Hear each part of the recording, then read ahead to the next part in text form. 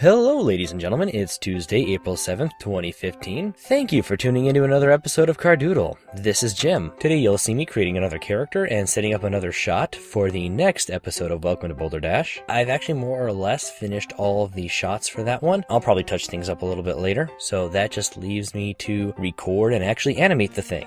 Due to delays with me being sick and all for those few days back, this may need to get pushed back to May. I'm not sure. I'm going to try my best to keep up with my monthly commitment, but I really do appreciate your understanding. This upcoming episode is also going to contain a few more details about the town. Nothing's really going to be stated, things are just going to be shown in it. Pretty much none of what I show is going to be central to the story, but I've been slowly putting things in the background here and there to try and make Boulder Dash feel more like it's an actual town. I know that maybe I'm putting too much work into throwing little Easter eggs here and there, but I feel like any story is really greater than the sum of its parts. So those things that maybe you don't consciously notice here and there really kind of help you get invested in the story. Then again, maybe I'm just being pretentious. After all, I'm mainly in the business of telling silly little jokes in 2 minutes or less. And in the end, the jokes are really what's most important about this series to me. Let's talk about something that's been bothering me quite a bit lately. And I think a lot of you can probably relate to this. Or at the very least, anybody with a Facebook account can relate to this.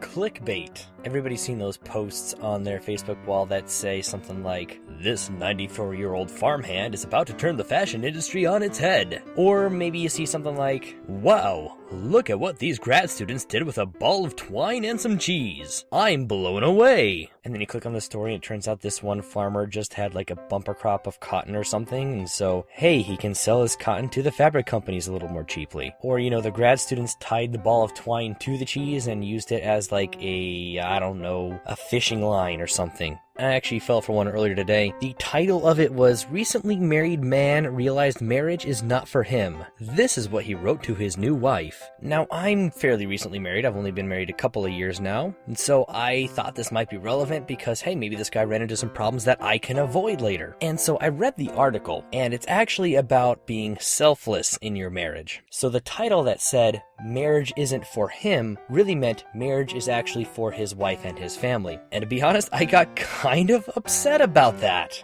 Not because I disagree with the contents of the article, but because that title was so misleading and so clearly designed to just get lots of clicks, for which was, while true advice, pretty cliched. I'm not saying there aren't lots of interesting articles and other things to read and watch on the internet, but don't trick me into reading and watching these things. Because here's the thing, had that article been titled "Newlywed Man Offers His Advice on Being Selfless in Your Marriage," I still would have clicked on that. Honestly, I think the people who run these websites and put these titles on their articles really don't have a lot of confidence in their staff's abilities to create good content. I mean, yeah, I know marketing is important. Marketing is the reason I started customizing my thumbnails and changing how I title my videos. But I mean, it is so freaking annoying when you see a title that has something to the effect of, "I was blown away by what this cat did to a random optical illusion." And it turns out it's just a video of a cat chasing around a laser pointer like all cats do. But I don't know, maybe I shouldn't be so mad about this. We act like clickbait is a new thing, but it's actually a pretty old thing. Like, take a look at old newspapers during the age of yellow journalism, where you would have these inflated article titles to get people to buy newspapers. It's just kind of evolved to involve online articles instead. And I guess since it's easier to click a link than buy a newspaper, that's why we're seeing this explosion of that kind of headline.